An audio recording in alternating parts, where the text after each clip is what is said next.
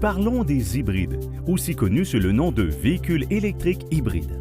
Ces véhicules sont sur les routes du Canada depuis maintenant près d'une décennie et sont très populaires. Les hybrides optimisent l'efficacité d'un véhicule et réduisent les émissions de CO2 et donc les émissions de gaz à effet de serre. Allons voir sous le capot. Les hybrides utilisent carburant et électricité. Ils ont des moteurs à combustion interne et électrique alimentant les roues et des batteries qui emmagasinent et distribuent l'énergie.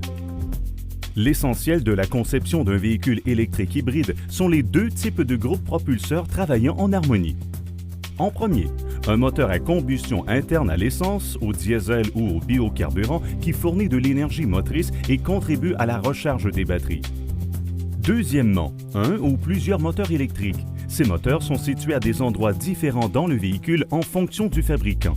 Tous ces moteurs sont reliés à une transmission et aux roues motrices. La troisième composante est une batterie ou une série de batteries qui emmagasinent et distribuent l'électricité. Les batteries des véhicules hybrides ne sont jamais branchées puisque le système de gestion du véhicule répond à leurs besoins de recharge.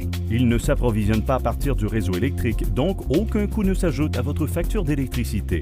Les batteries des véhicules hybrides durent généralement toute la vie du véhicule.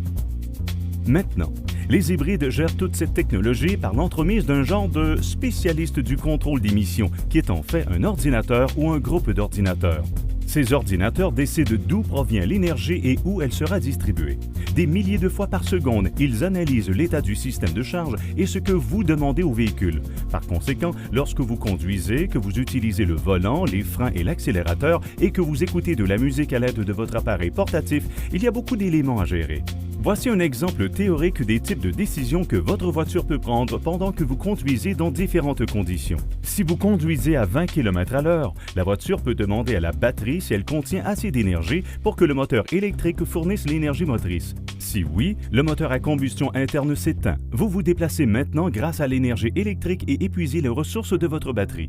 Si les ressources de la batterie s'épuisent, le moteur redémarre afin d'alimenter le véhicule et de recharger la batterie.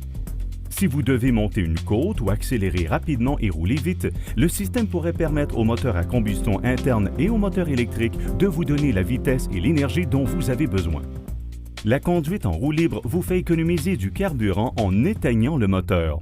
Le freinage à récupération s'explique par l'énergie générée par la rotation des roues au moment du freinage, énergie qui est ensuite emmagasinée dans la batterie pour une utilisation ultérieure. Et lorsque vous faites un arrêt complet, votre moteur s'éteint pour vous faire économiser encore plus de carburant, mais tous les systèmes fonctionnent quand même. Une multitude de technologies travaillant en harmonie et qui sont toutes très fiables. Les hybrides utilisent d'ailleurs d'autres caractéristiques de conception et technologie pour atteindre une efficacité optimale, dont une forme aérodynamique et profilée, un poids allégé et un moteur à combustion interne plus petit et plus léger. Posséder un véhicule hybride, c'est avoir le meilleur des deux mondes.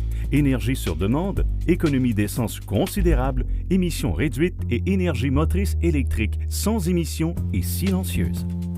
Donc, si vous souhaitez améliorer le rendement du carburant et réduire la quantité d'émissions de gaz à effet de serre et les coûts en carburant de votre véhicule, envisagez l'achat d'un véhicule électrique hybride.